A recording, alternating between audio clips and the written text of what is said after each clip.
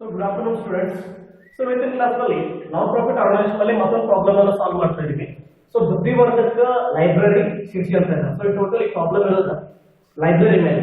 Okay, so ನೋಡ್ತಾ ಹೋಗೋಣ. First payment side ನೋಡ್ತಾ ಹೋಗೋಣ. ಮೊದಲು ಬೈ ರೆಂಟ್. ಸೊ ನಮ್ಮಲ್ಲಿ ಅಲ್ಲಿ ಪೇಮೆಂಟ್ ಅಂದ್ರೆ ಇಲ್ಲಿ ನಮ್ಮ expenditure. By rent that is nothing but to rent.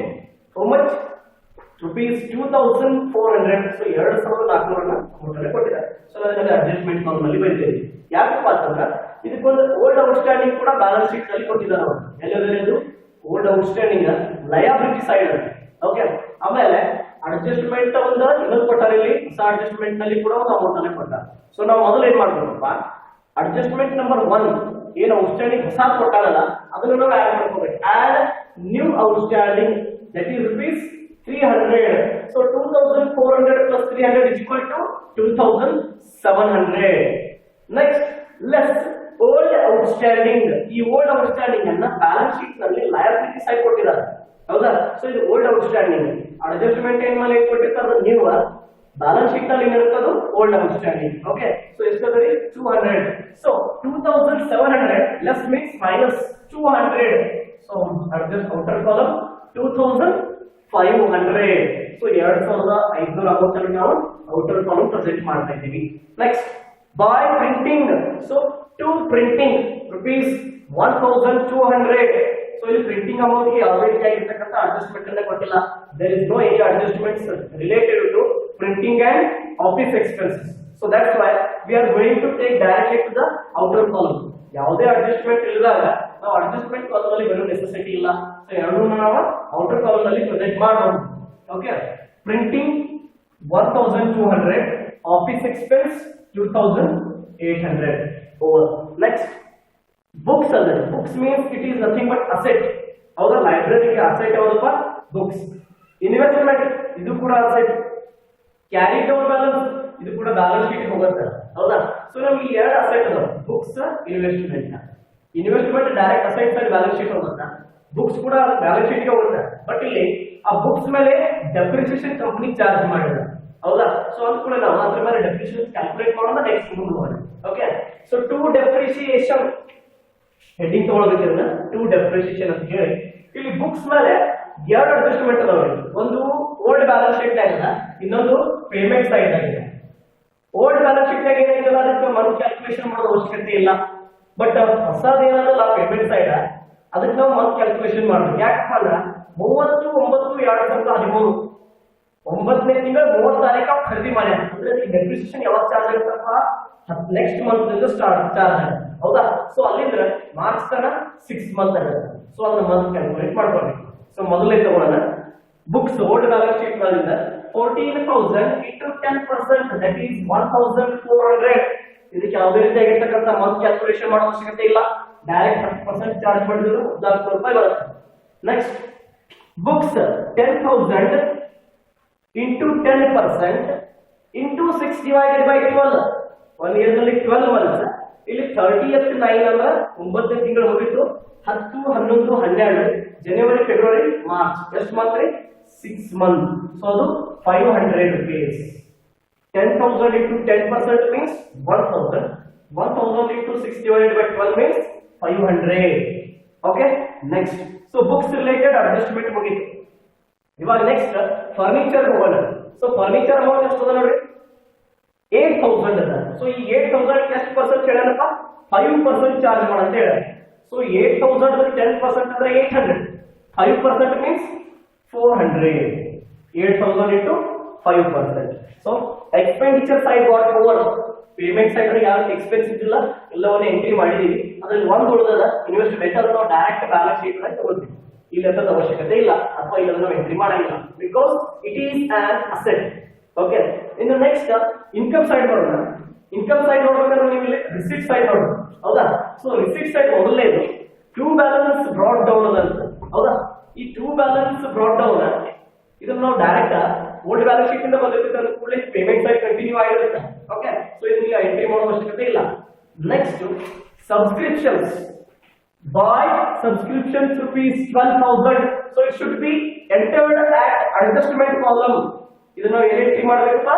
Adjustment column ಅಲ್ಲಿ ಎಂಟ್ರಿ ಮಾಡ್ಬೇಕು. ಯಾಕಂದ್ರೆ ಇದಕ್ಕೊಂದು ಹೊಸ ಅಡ್ಜಸ್ಟ್ಮೆಂಟ್ ಇರುತ್ತೆ, ಒಂದು ಓಲ್ಡ್ ಅಡ್ಜಸ್ಟ್ಮೆಂಟ್ ಇರುತ್ತೆ, ಅದ್ರ ಜೊತೆಗೆ ಅಡ್ವಾನ್ಸ್ ಕೂಡ ಇರುತ್ತೆ. ಸೊ ಹೀಗಾಗಿ ಟೋಟಲ್ 3 ಅಡ್ಜಸ್ಟ್ಮೆಂಟ್ ಬರ್ತದೆ. ಸೊ ಇದರಲ್ಲಿ ಯಾವುದೇ ಬದಲಾವಣೆ ಆಗಿಲ್ಲ, ಅಡ್ಜಸ್ಟ್ಮೆಂಟ್ ಫಿಕ್ಸ್ ಇರ್ತದೆ. ಸೊ ಈ ಫಾರ್ಮ್ಯಾಟ್ ನಲ್ಲಿ ಏನು ಬದಲಾವಣೆ ಇಲ್ಲ. ಸೊ ಇದು ಅಡ್ಜಸ್ಟ್ಮೆಂಟ್ ಕೊಡ್ಲಿ ಬಿಡ್ಲಿ ನಾವು ಈ ತರ ಫಾರ್ಮ್ಯಾಟ್ ಸೇಮ್ ಬರ್ಕೊಳ್ಳೋದು. ಯಾವ್ದಪ್ಪ? Add new outstanding, less old outstanding, less advance ಬರ್ರೆ ಏನು ತಪ್ಪಿಲ್ಲ, ಏನು ವೇಸ್ಟ್ ಇಲ್ಲ, ಸ್ವಲ್ಪ ಪ್ರಾಕ್ಟೀಸ್ ಆಗುತ್ತೆ. ಸೊ ಅಡ್ಜಸ್ಟ್ಮೆಂಟ್ ಕೊಡ್ಲಿ ಬಿಡ್ಲಿ, ಸೊ ಈ ತರ ಫಾರ್ಮ್ಯಾಟ್ ಅನ್ನ ಬರ್ರೆ ಒಂದು 2-3 ಸಲ ಬರ್ದಿದ್ರೆ ಪ್ರಾಕ್ಟೀಸ್ ಆಗಿಬಿಡ್ತದೆ, ಯಾವ್ದು ಲೆಸ್ ಮಾಡ್ಬೇಕು, ಯಾವ್ದು ಆಡ್ ಮಾಡ್ಬೇಕು. Okay, so add new outstanding. ನಾನು ಹೇಳಿದೆ ನ್ಯೂ ಔಟ್ಸ್ಟ್ಯಾಂಡಿಂಗ್ ಎಲ್ಲಿ ಕೊಟ್ಟಿರ್ತಾರಪ್ಪ? ಅಡ್ಜಸ್ಟ್ಮೆಂಟ್ ನಲ್ಲಿ ಕೊಟ್ಟಿರ್ತಾರೆ. ಪ್ರಾಬ್ಲಮ್ ನೋಡಿ, subscriptions receivable for the year 2013 and 14 amounted to rupees 400. So 12,000 plus 400 is equal to 12,400. Less old outstanding. Old outstanding ಅನ್ನ ಬ್ಯಾಲೆನ್ಸ್ ಶೀಟ್ ನಲ್ಲಿ asset side ಕೊಟ್ಟಿದ್ದಾರೆ. ಎಷ್ಟದಪ್ಪ? 600. So 12,400 minus 600 is equal to 11,800. Next, adjustment number 3. Subscription received in advance, that is 800.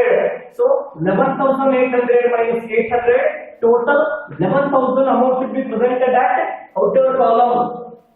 11,800 ನಲ್ಲಿ 800 ಅನ್ನು minus ಮಾಡಿದಾಗ 11,000 ಅನ್ನು direct amount column ಇಂದ outer column ಅಲ್ಲಿ present ಮಾಡೋದು. ಸೊ ಇದು ಸಬ್ಸ್ಕ್ರಿಪ್ಷನ್ ರಿಲೇಟೆಡ್ ಅಡ್ಜಸ್ಟ್ಮೆಂಟ್ ಎಲ್ಲ ಕ್ಲಿಯರ್ ಆಗಿದೆ. ಇನ್ನು ನೆಕ್ಸ್ಟ್ ಒನ್ ಎಂಟ್ರನ್ಸ್ ಫೀಸ್. ಈ ಎಂಟ್ರನ್ಸ್ ಫೀಸ್ ಬಗ್ಗೆ, ಡೊನೇಷನ್ ಬಗ್ಗೆ ಒಂದು ಅಡ್ಜಸ್ಟ್ಮೆಂಟ್ ಅದ. ಏನದ ನೋಡಿ, half of the entrance fees and half of the donations are to be capitalized. Capitalized ಅಂದ್ರೆ half amount ಅನ್ನ ಬ್ಯಾಲೆನ್ಸ್ ಶೀಟ್ ನಲ್ಲಿ ಕ್ಯಾಪಿಟಲ್ ಫಂಡ್ ಹೆಡ್ ಮಾಡ್ತಾನೆ, ಇನ್ half amount ಅನ್ನ ಇನ್ಕಮ್ ಸೈಡ್ ಪ್ರೆಸೆಂಟ್ ಮಾಡಿ ಅಂತ ಹೇಳ. Okay, by entrance fees 50% of 2000, 2050% ಅದ half 1000, in 1000 balance sheet. By sale of old newspapers 2000, direct 1000 outer column, because there is no adjustment given for sale of old newspapers. ಇದಕ್ಕೆ ಯಾವುದೇ adjustment ಕೂಡ ಇರಲ್ಲ. Next, by sundry receipts, direct ಕೊಟ್ಟಾರೆ 600, ಇದಕ್ಕೂ ಯಾವುದೇ adjustment ಇಲ್ಲ. So ಇದು ಕೂಡ income. Next, by donations. So donation ಈಗಾಗಲೇ ನಾನು ಲಾಸ್ಟ್ ಕ್ಲಾಸ್ ನಲ್ಲಿ ಕೂಡ ಹೇಳಿದ್ದೆ, ಡೊನೇಷನ್ ಅನ್ನ ನಾವು ಜಾಸ್ತಿ ಕ್ಯಾಪಿಟಲ್ ಫಂಡ್ ಹೆಡ್ ನಲ್ಲಿ ಪ್ರೆಸೆಂಟ್ ಮಾಡುವಾಗ ಅಡ್ಜಸ್ಟ್ಮೆಂಟ್ ನಲ್ಲಿ ಕೊಟ್ಟಿರ್ತಾರೆ. ಬಟ್ ಕೆಲವೊಂದಷ್ಟು ಪ್ರಾಬ್ಲಮ್ ನಲ್ಲಿ half of the donations are to be capitalized ಅಂತ ವರ್ಡ್ ಯೂಸ್ ಮಾಡಿದಾಗ ನಾವ್ ಏನ್ ಮಾಡ್ಬೇಕಪ್ಪ, ಆ half amount ಅನ್ನ ಕ್ಯಾಪಿಟಲ್ ಫಂಡ್ ಆಗಿ ಪ್ರೆಸೆಂಟ್ ಮಾಡೋದ, ಇನ್ half ಅನ್ನ ಇನ್ಕಮ್ ಸೈಡ್ ಆಗಿ ಪ್ರೆಸೆಂಟ್ ಮಾಡೋದು. ಸೊ ಇಲ್ಲಿ 4,000 ಕೊಟ್ಟಾರ, ಆ 4,000 50% ಅನ್ನ 2,000, ಹೌದಾ? So donations 2,000. So income side, expenditure side ಎಲ್ಲ ಎಂಟ್ರಿ ಮುಗಿದು ವಿತ್ ಅಡ್ಜಸ್ಟ್ಮೆಂಟ್. ಸೊ ಈಗ ನಾವು ಮಾಡ್ಬೇಕಾಗಿರ್ತಕ್ಕಂಥ ಮುಖ್ಯ ಕೆಲಸ ಏನಪ್ಪಾ ಅಂದ್ರೆ ಟೋಟಲ್ ಮಾಡಿ ನೋಡೋಣ.